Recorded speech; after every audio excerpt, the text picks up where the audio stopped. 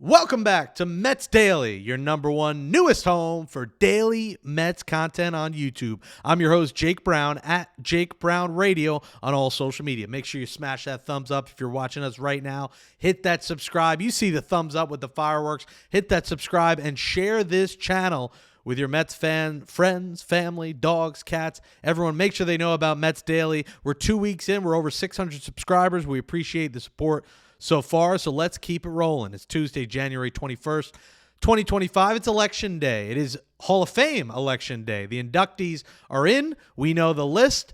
There is one Met in there and one Met that didn't make it that we'll talk about. The Met that did make it pitched 3 seasons with the Mets. Well, part of a fourth, 2 innings in 2009. That's Billy Wagner. In his final year on the ballot, year 10, it's 10th time's the charm for Billy Wagner for finally getting in. Wagner joins Ichiro Suzuki, who one stupid voter decided not to vote for him. There's always one idiot in this, group of people who vote. And there was one idiot that didn't make Ichiro unanimous, like Mariano Rivera, and CC Sabathia rightfully gets in. A Yankees World Series champion, 3,000 plus strikeouts, 250 plus wins. So CC joins Ichiro and Billy Wagner. And I'm so happy for Billy Wagner because 10 years on the ballot for a guy that was right there as one of the most dominant in his position as a reliever. It's pretty remarkable that it took this long. Billy Wagner had incredible strikeout, put out stuff, and his cheese was as good as it gets when he had it rolling. And unfortunately, he was with Mariano Rivera at the same position as a closer. But Billy Wagner's overall numbers are just ridiculous. You look at his career, and he was remarkable over 16 seasons, a 2.31 ERA, 422 career saves, and he went out on top. In his final year, 2010, with the Braves, he had the best year of his life, a 1.43 ERA. So the guy left the game on top of the game, and you got to respect that. I had a great conversation with him when I met him in person, when I've interviewed him on my old podcast, Amazing But True. But in person, just a genuine dude who you could feel wanted to be there. He wanted to be in the Hall of Fame, and I think this is huge for him. In the final year, listen, if he didn't get in, he was not going to make it. This was it. And the last time was the charm. And, look at Billy Wagner's numbers with the Mets. Now, a big reason it maybe took 10 years was Wagner was a bit of a controversial figure. He was not afraid to speak his mind in a lot of cases. Maybe it hurt the Mets and other teams at times.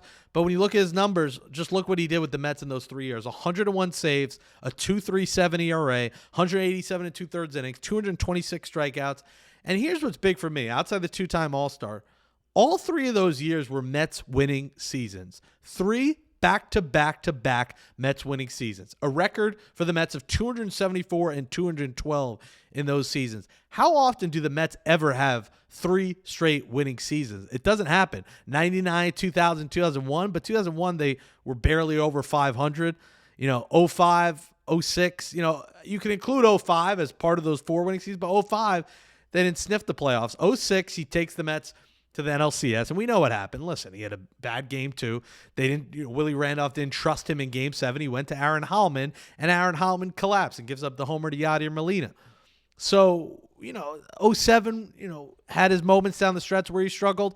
And 2008, you can argue the Mets missed the playoffs because Wagner was out. Wagner, the first week of September, had the torn UCL. He missed most of 2009.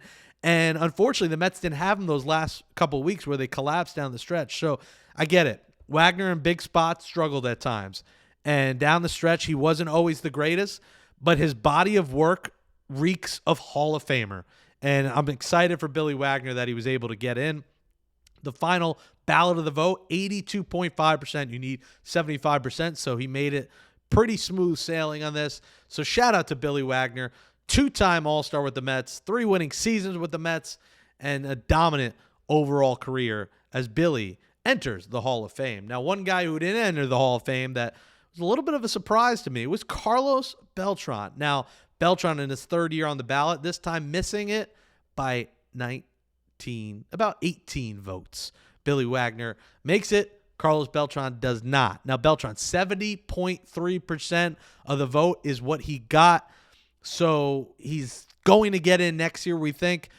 Obviously, the cheating scandal with the Astros hurt him and is probably why it's taking a couple of years. But, Carlos Beltran had an incredible career. And the debate is, does he go in as a Royal or goes in as a Met? Carlos Beltran's got to go in as a Met. Look at his career here with the Mets. And part of what turned the ship around. Remember, after 2000, 01, they came close, but 02, not good. 03, not good. 04, not good. And then Beltron came to the Mets in 05.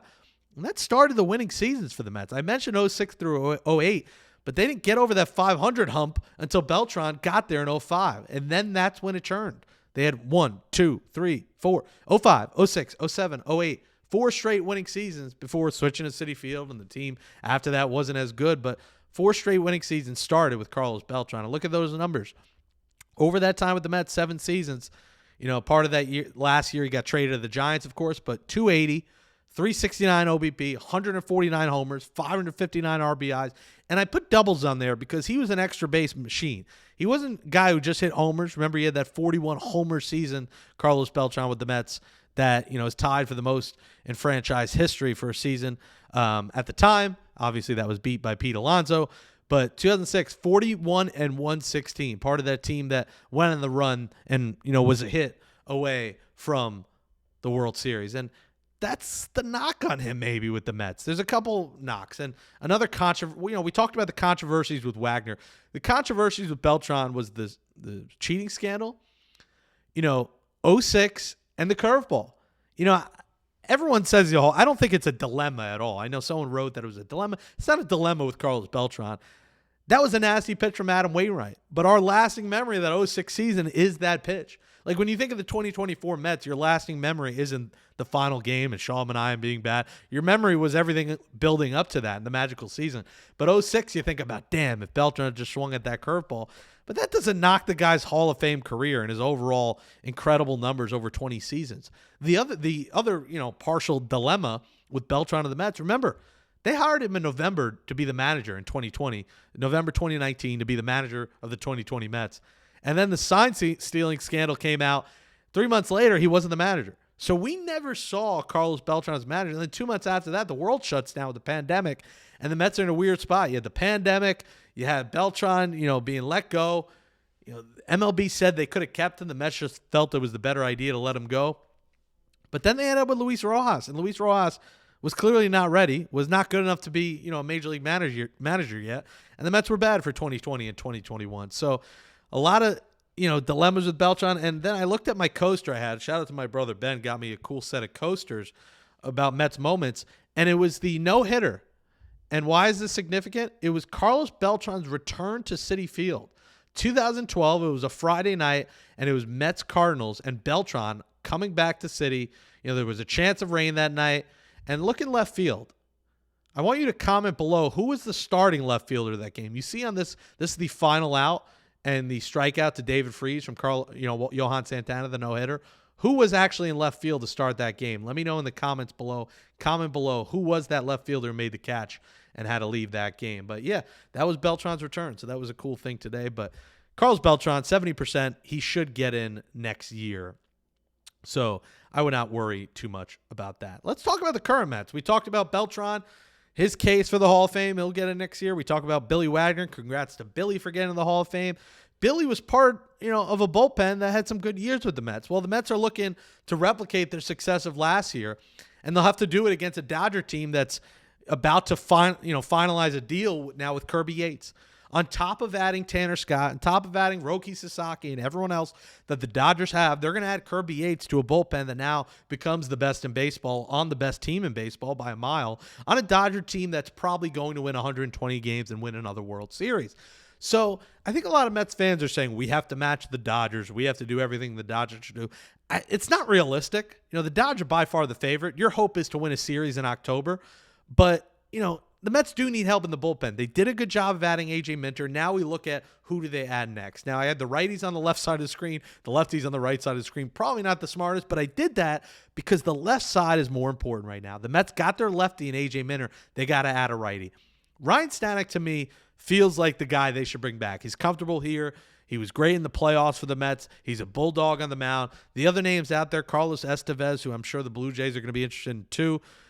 David Robertson, 40 years old. Kenley Jansen, Tommy Kahnle. Don't sleep on Tommy Kahnle. He's not mentioned a lot in who the Mets should add, but Tommy Kahnle coming off a 2.11 ERA with the Yankees. Year prior, a 2.66 ERA, and the year prior, a 2.84 ERA. So Tommy Kahnle has had sustained success as a big league reliever. So he would intrigue me, but I would love if they could get Stanek back here. And then on the right side, Tim Hill, Brooks Raley, obviously former Met, Scott Alexander, Andrew Chafin, and Danny Coulombe, a name not many people are mentioning. Danny Coulombe's a really good pitcher. He had a great season for Baltimore. 2.12 ERA, year prior 2.81, year prior 1.46, year prior 3.67. This is a guy who's had a track record of success, and I've heard a lot of cool stories about him, and he's done great stuff, awareness for autism as well. So he's an interesting name on that right side of the screen if the Mets want to add another lefty. But in my mind, I think Ryan Stanek is the next move here for the Mets. You bring back a guy that you're comfortable with, that players liked in the locker room. Stanek's the guy. You could argue they need two, but at the very least, the Mets need to get one of these guys, and maybe two on that list that you see right there. I'm Jake Brown at Jake Brown Radio. Thank you so much for watching Mets Daily. Again, smash that thumbs up, comment, follow me, subscribe, and share the channel. We appreciate your support, and we'll be back tomorrow, Wednesday, January 22nd, right here on Mets Daily.